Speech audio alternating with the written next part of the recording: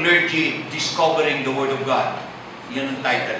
Hanggat hindi nangyayari yan, the faith of the Filipino people will remain a title and a container with no content.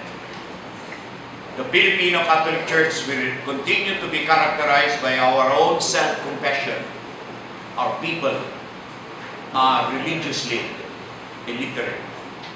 And that the dream of the encyclical of Francis remains a core, that faith knowledge is the foundation that empowers the people to face the world and live as followers of Christ in the world.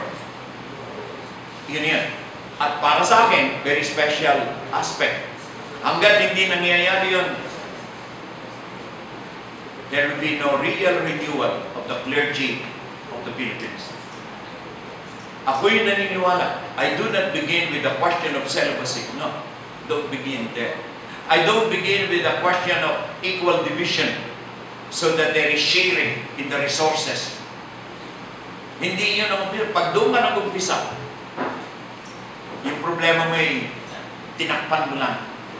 Ang tanging umpisa para yung celibacy, yung equality, yung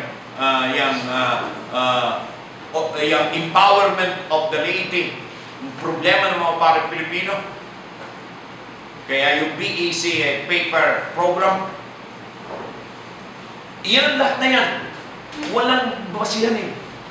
Ang basihan ay Diyos. Diyos na sa atin ay nakikipagtalamitan sa Kanyang salita. Ang Diyos na nakikipag-usap. Kaya bumalik tayo sa salita ng Diyos. Yun yan. At ako'y naniniwala, may milagrong mangyayari. Amen. Amen.